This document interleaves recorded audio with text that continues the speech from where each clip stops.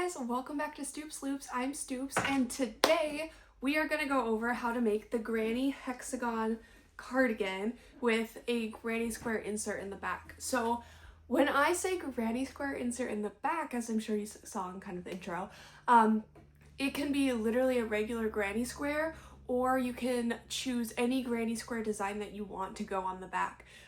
This is more of a technique video than necessarily a full-on tutorial. And here I'm kind of assuming you know for the most part on how to make the granny square cardigan. So how do you start a granny square cardigan? So in general, Passionate Kelsey has a great video on how to do it. Otherwise, a quick synopsis is just going to be, instead of making a granny square and you start out with 4, as you saw in my granny square video, you start out with 6 because it's a hexagon, and you just go in circles and circles of making 6 and then fold it over. So I didn't feel like it was necessary to start that. There's other videos, like I said, Passionate Kelsey, or you can look back at my granny square tutorial and just start off with 6 rather than 4. I'm going to make 2 of those, so 1 for each sleeve. The thing that kind of makes it different is the granny square pattern in the back. So you can choose any granny square pattern that you like. So this is one that I made a while back. This is the one that I'm keeping for me, and as you can see, I did kind of the sun and moon granny squares. I just found a pattern on here on YouTube, and I'll leave a link down in the description of which one I used. YouTube is a great platform to find granny square designs, or you can try Ravelry. They have some. I'm sure you can find some patterns on Etsy, or you can even look at Pinterest to kind of get some ideas on what you want to do for your insert. Obviously on this one I did some cats. That was another tutorial here on YouTube that I'll also leave the link to. But step 1 is going to be choosing a granny square pattern that you really like and you want as your center insert. For both of these I did 4 down the back. I can count to 4. I did 4 down the back, and you can do as many as you want to get at the length that you like, essentially. And you're just gonna have to note how many on your finished side, how many stitches there are. So for both of these, there actually ended up being 22 stitches on the outside of the granny square. You just want to keep that in mind. So to get how many rounds of the hexagon you're gonna want to do, I go over it a little bit later in the video as well when I'm putting everything together. But the most basic thing that you're gonna want to do is take the edge number of your granny square, which for mine was 22. You're going to multiply that by how many granny squares that you have. So I did 4, so 22 times 4 is 88. Obviously in our granny square clusters, we do it in groups of 3. So you want the closest number divisible by 3 essentially, and you can't go down, so you have to round up. For me, that is going to be 90. So to get 88 to 90, I have to add 2 stitches. To do that, when I connected them, I added a border around, as you can see on here, how I have the border of gray. I added a border around, and I added 1 in the corner. So for my corner to turn, I did 1, chain 2, and 1. I think I did 1, chain 1, and 1 in this one. It's not a big deal how you do your corner, but I needed to add 1 to each side, so I added 1 to each corner here, and then 1 to each corner on the bottom. That gives me a total of 90. 90 divided by our 3 clusters is 30. That meant I had to do 30 rows. So you do kind of that same math for whatever granny square you choose. If you choose a granny square and you think that's not going to be a big enough sleeve, you want it more oversized, all you have to do is add an extra granny square. So your cardigan might have 5 granny squares, or if you're smaller, you might have 3 granny squares. That's why it's a technique video. You can make it any way that you want to fit your body, and you just go from there. So once you have your inserts and your sleeves, we will watch how we finish putting everything together here. So we have both sleeves done for the most part. So to figure out how many rows around that I needed, so what I did is I made this part before finishing these. I knew I wanted about 4 granny squares. Each granny square around was 22 on the side. So 22 times 4 is 88. the closest, you want it to be divisible by 3 since we're doing clusters of 3. So the closest divisible of 3 that's larger than 88 is 90. So I just needed to add 2 on each side. And I did that by just going around it, and in the corner stitch, I did a chain 1, and then another one. So that added 1 to each side. So then I needed to do 90 divided by 3, which is 30. So around here I have 29 rows. That 30 is going to be your number of rows that you need to do essentially. So there's currently 29 going up the side, which would put me at 87. So I need 3 more. But on this last row, I'm going to connect my sleeves, and I'm going to connect it to here. So how am I going to do that? I can kind of show you when we're going through it, but I just wanted you to see kind of how it's going to all lay out. What we're going to do is crochet along our edges, and then we are going to crochet this together and this onto here as we go. So to do that, we are going to crochet along 3 of the sides and crochet 1, 2, and then 3 would put us right here. Then we'll crochet this together along here, crochet this together along here, and then do our last round around on that side. And I will meet you back. We're gonna connect this to the side first, and then we'll connect along the top. So let's get started on that. I shall be back to show you how we crochet this together. We're back, and I did crocheted my clusters around 3 of the sides. So we have the top, this will be our front panel, and then around the bottom, we fold over our hexagon to make it like into sleeve. And then I'm gonna crochet from the bottom up to the top to connect these 2. So I find it's easier if you lay it out to kind of see what you're doing, line up our end, and then you can go from there. But let me show you how I go about connecting this. In my corner, I have 1 cluster done. Normally I would chain 1 and do another cluster here, so I'm going to go ahead and do my chain 1.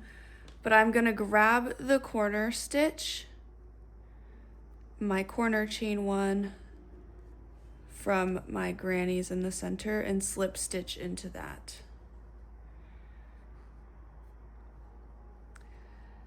Next, I'm gonna slip stitch into my first stitch here, double checking, making sure that's actually the first stitch and I'm not skipping one. So I'm gonna slip stitch into that one, and then I'm going to put a double crochet down in my corner like I normally would for my cluster, slip stitch into the next one, do my double crochet,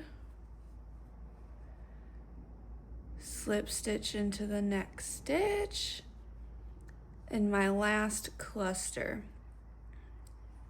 my last double crochet in the cluster. So that's what I'm going to be doing the entire way down.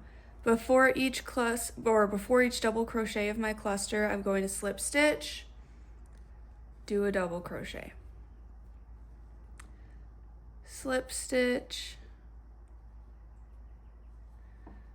double crochet. We are going to do that all the way down. I'll meet you back at the corner. But yeah, that's how we're going to connect as we go. All right, so we crocheted all the way up to the top and up here. So up here you can see I did my last 3, which is the beginning of the corner, and then slip stitch into the corner of my granny square. Oh, this is coming out.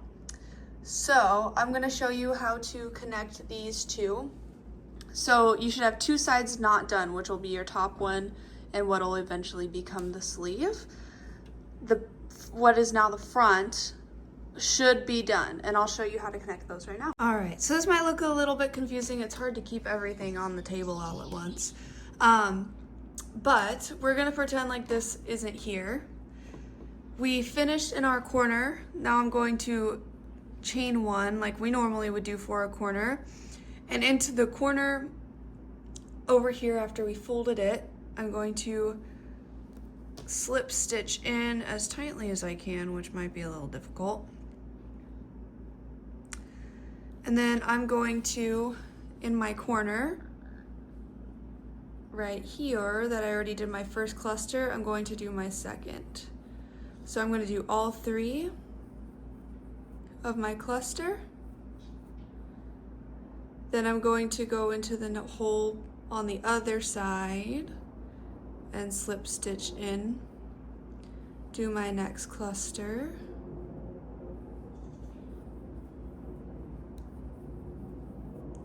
Slip stitch to the next space between clusters on the other side.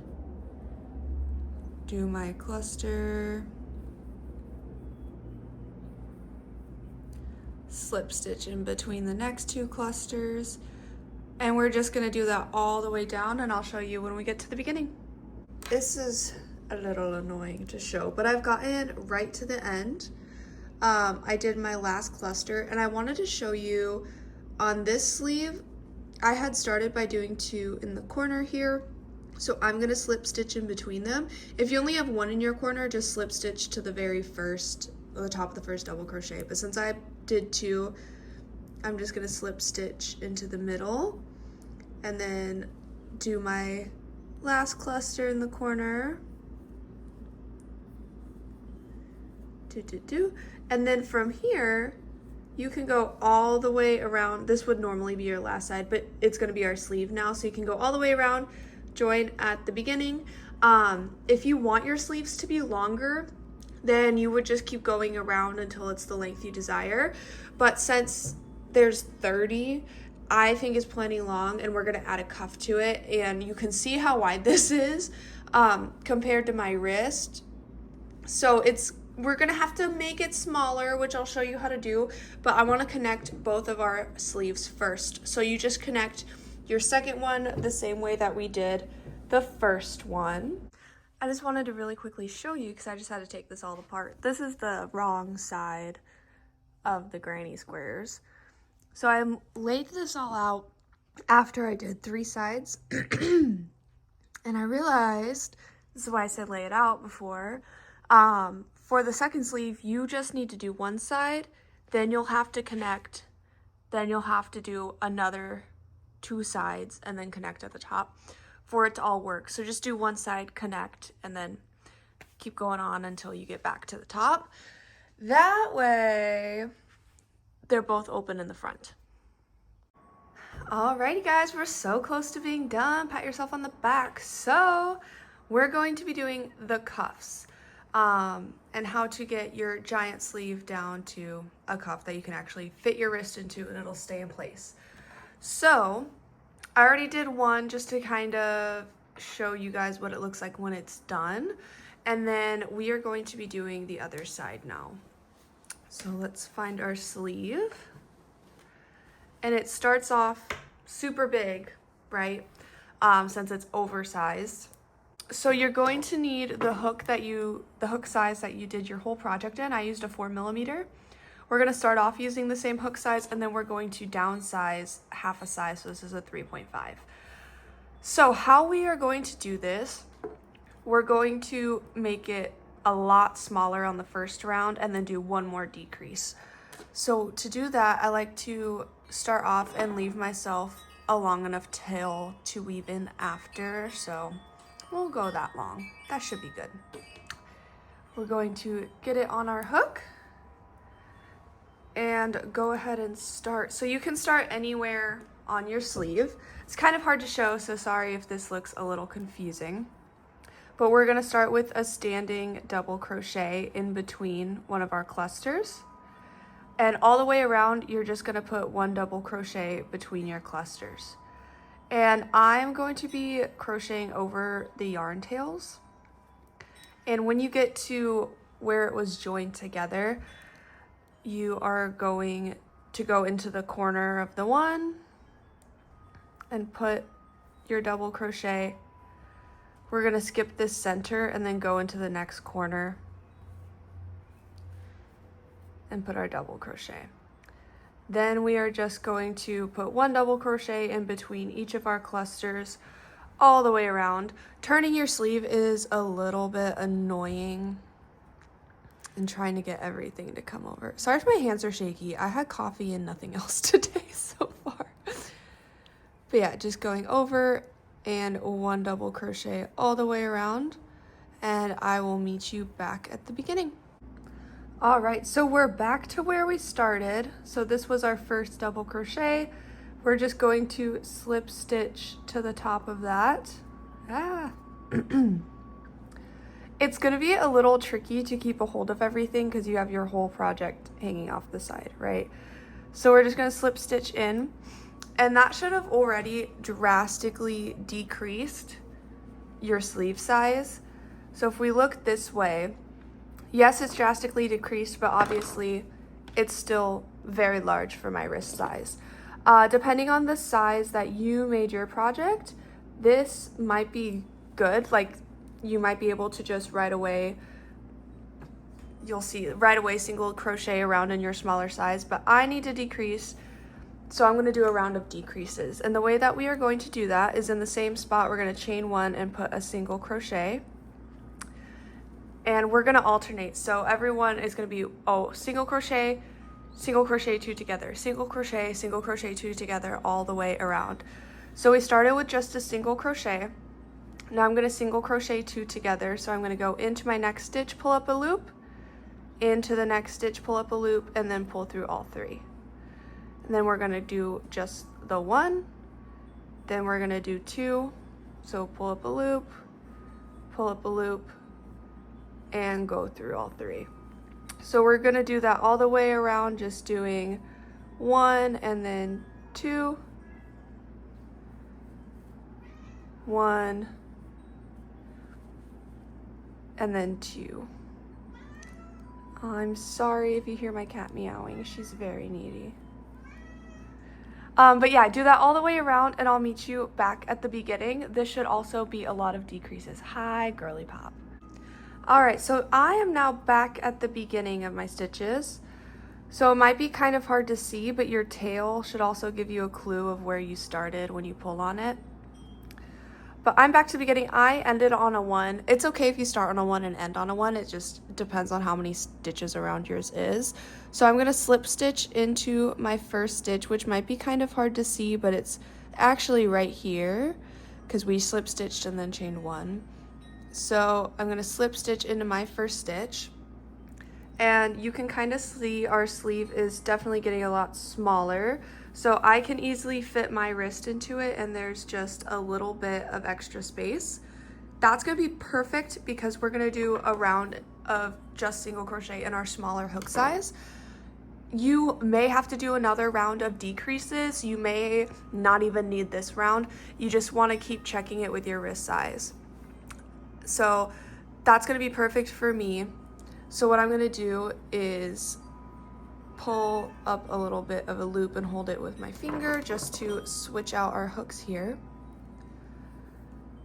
And now with the smaller size, you are just going, this is really hard to do on camera, but we're just going to chain 1 and in the same space put a single crochet. Then we are just going to single crochet all the way around, just because if you can see, these are really big spaces, so I just want to make them a little bit smaller to add our border onto. So we're not doing any decreases or anything this round. It'll get smaller just because of the fact that we're using a smaller hook size. So go all the way around, and then you'll just slip stitch to join at the beginning, and I will meet you back here and show you how to do our actual cuff. All right, so we did our round of single crochet. Now I'm just going to slip stitch into our first stitch. And as you can see, we're nice and small now. So it's gonna bubble your sleeve, which is perfect because we wanted it to get smaller. I'm just gonna pull up my loop and pull my hook out so you can see. This might seem a little slim, as long as you can get your hand in there and it'll fit around your wrist.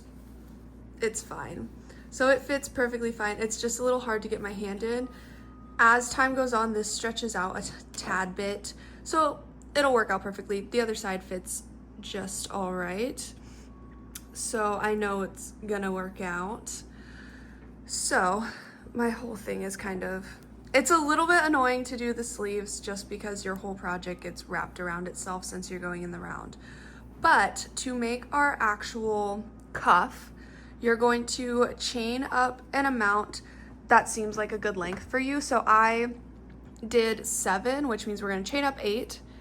So 1, 2, 3, 4, 5, 6, 7. So this is about how tall mine's gonna be, and then you do one more as your turning stitch. So we have our 7, then we're just going to turn, skip the first one, and do a single crochet in each one of our chains down. So 1. So I did 6, and on our very last one, which will be our 7th one, we're gonna do it slightly different. So we're gonna go into the first chain, so number 7, pull up our loop, and instead of pulling it all the way through, we're going to go to our next spot.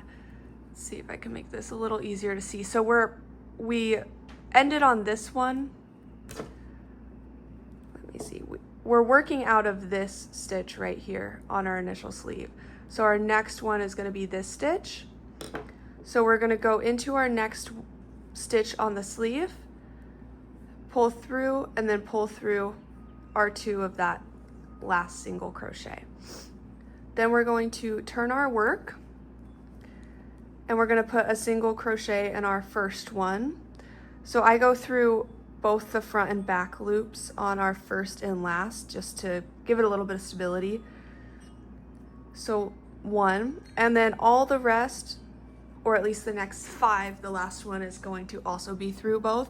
We're going to do the back loop only. So that's 2, back loop only, single crochet, 3, 4, 5, 6, and on our 7th, we're going to go through both stitches.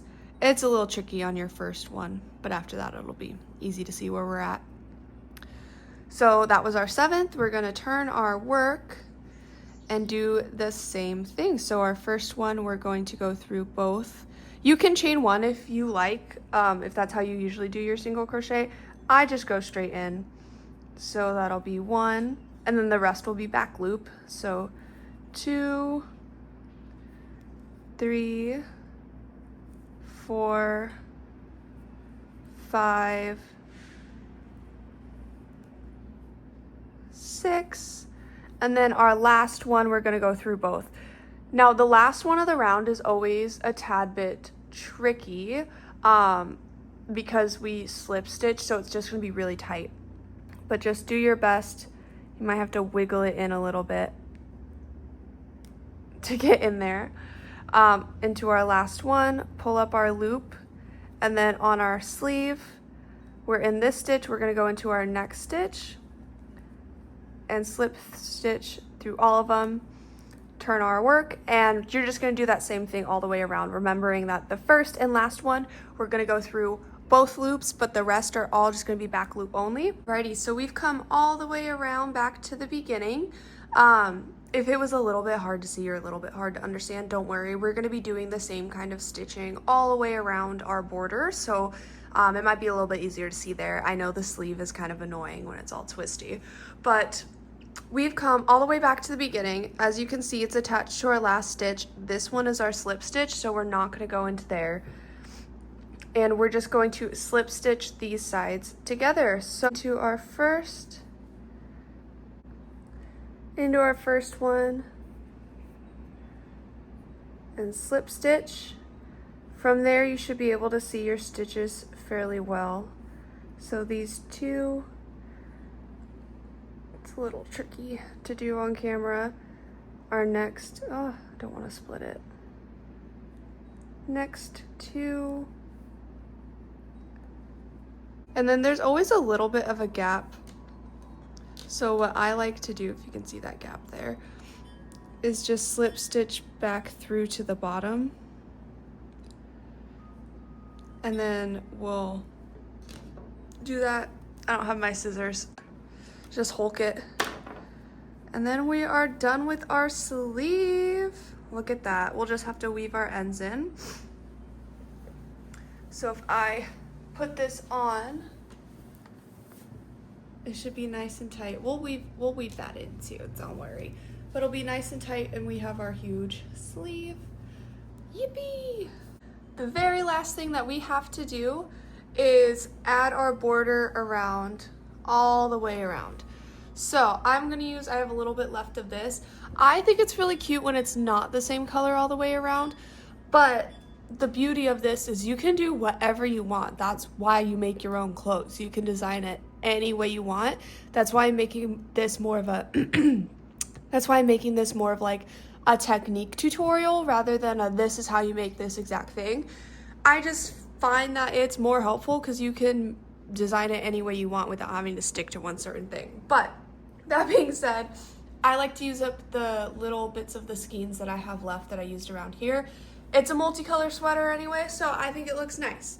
But to do our border all the way around, I like to start at the top. So this is the back of our sweater. Our inside's not as pretty, but I like to start at one of these corners. I'm probably gonna start at this corner. And all we are going to do is pretty much exactly what we did for our cuff on our sleeve. So we're gonna start using the smaller hook size, so the 3.5, and you're gonna have your stitches way easier to see on here. So you can start in the middle or the corner. I think I'm gonna start in the middle because usually it's hidden by your hair just a tad bit. We're going to leave ourselves a long enough tail to weave in later and get this on our hook.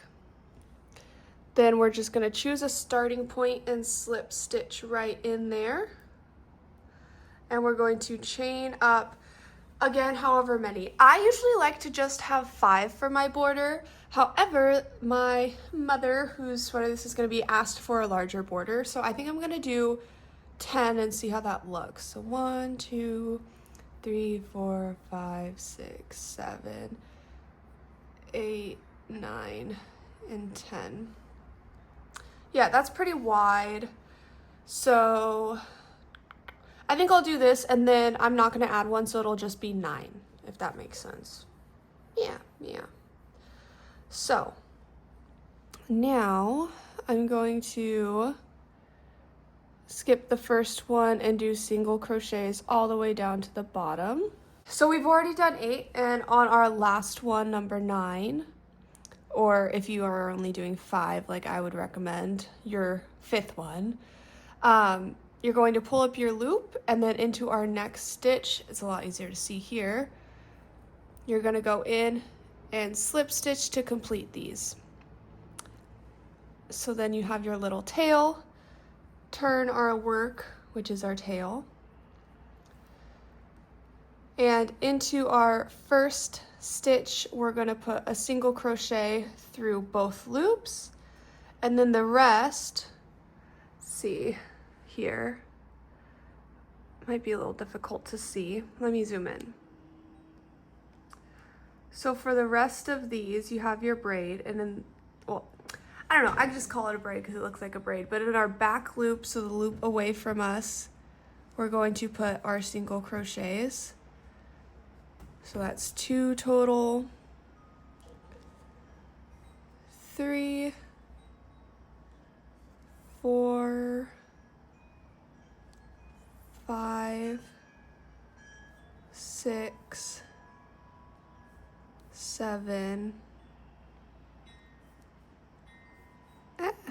8, and then my last one, number 9. I'm going to go through both of our loops. I'm focusing on what the camera can see instead of what I'm doing.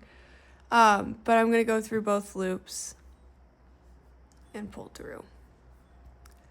Then we're going to turn our work again. And then the first one, we're going through both loops. And we'll do 1 and then our back loop only. 2, 3, 4, 5, 6, 7, 8, and then our last one going through both loops, pulling up a loop. Could you see that? We go through both loops, pull up a loop, and then in our next stitch, pull through all of them to finish our crochet. And then that's just what you do all the way around, and you slip stitch it together when you get back to the beginning. So pretty simple border, and it goes by fairly quickly. It'll probably, for this size, probably still take like a day. But when we get to the corners, I will show you what I do. You'll only have 2 corners just at the very front of the project. Otherwise, you just do this the entire way around, going into your next stitch and continuing on. All right, so I have made my way all the way down to where our first corner is. So the last space that I attached it to was the last double crochet stitch of our last cluster, and this is our corner. So I went back up, came back down. I have my last 2 on the stitch or on my hook, and I'm gonna slip stitch into my corner and through to complete my single crochet like we would do any other time. And the only thing different we're gonna do in the corner is I'd like to try to fit 4 to 5 of these in my corner, kind of depending on how it looks. So we're just gonna work all the way back up to the top, the same we've been doing the whole way down. All right, and then our last one. These are gonna be even tighter than the rest of them because we're all going into the same space. So back into that corner again to finish off. So that's 2. All right, again in the same corner, this is gonna be number 3. Go back up again. All right, this is gonna be number 4. So I'm just gonna take a pause and see. I think we can fit 1 more in here, and I think 1 more will do us some good. Girl, get off the table. Go, go, go. Ophelia, you're in the way. Ophelia. No. Did you just eat fluff? That is the face of someone who just ate fluff. We're gonna do our last 5th and final stitch into our corner, and then we're gonna do it all the way back down. Normally it'll look a little bit more twisted and it'll start sitting better once you get this row going, and then when you block it, it'll be nice and flat. So literally the only thing you do different in the corners is to try to get 5 in there. So to finish up, all I did was slip stitch it together the same way I did for the sleeves and weave in all my ends. Weave in your start of your magic ring really, really well. You don't want it coming apart. It actually came apart on my other sweater, even though I tried so hard for it not to. So if you need to, you can take sewing thread and just sew and sew and sew around so that that does not come apart. You don't want all your work unraveling. I don't know why I have such a hard time making my like magic rings not fall apart, but apparently I do. But yeah, thank you guys so much for watching. This video took a very long time for me to make. I hope that it was clear enough and you feel confident enough to add any back panel to your granny square cardigan, and have a great day.